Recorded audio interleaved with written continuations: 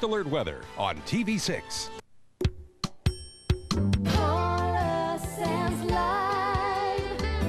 The perfect book for you scrappers out there. Today on PSL, a local expert on scrapbooking is sharing her special book that's just out now, Stamping and Scrapbooking from Scrapaganza, coming up on the show today. And let's get happy with some pizza-flavored pasta. Robert Lewis, the happy diabetic chef, will bring on this great stuff, new dishes from Happy Joe's. On this Friday, May 2nd, PSL. We have a really full, big show today, so stick around here with me. The weather is iffy in some parts. We'll check in with Ryan in just a little bit, but there's a very popular craft fair going on this Sunday in Milan. It's the famous MIP Fair, and it's hitting the parking lot at Erickson Chevrolet.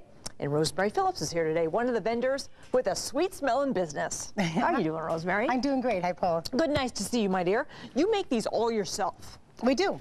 We make lots of different potpourris. Potpourri is generally made by using a different bunch of botanicals. Yes. And then scented with your favorite fragrance oil. Well, we have down front there, you have all of these different, where do you buy these? A lot of them are imported. A lot of them we actually collect and grow ourselves. We do gather all of our own pine cones.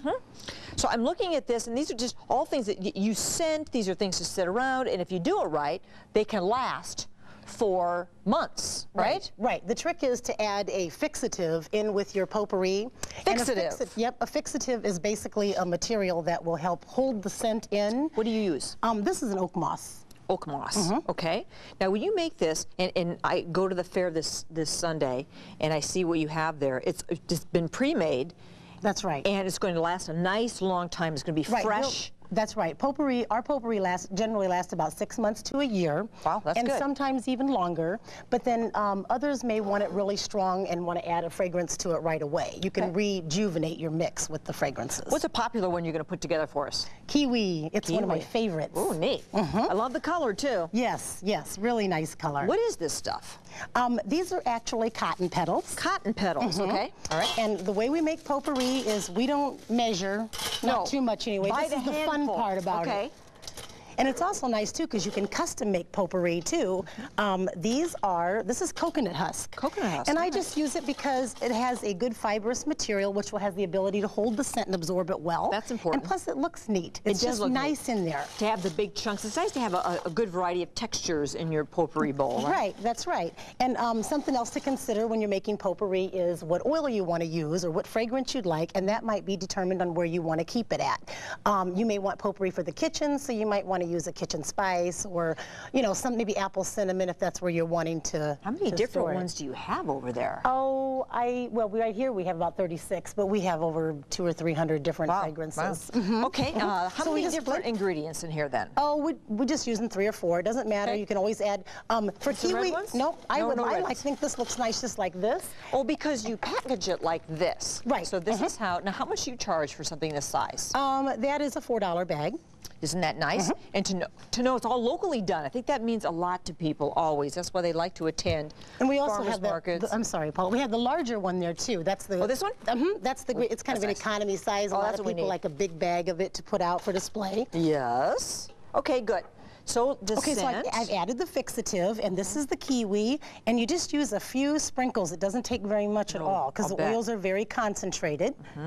And then does it need to, do you sit it in bags or just sit it I usually do, yeah. Okay. Usually because I want the oil to absorb into the botanicals. Otherwise, what happens if you just sprinkle it on the top and leave it sit?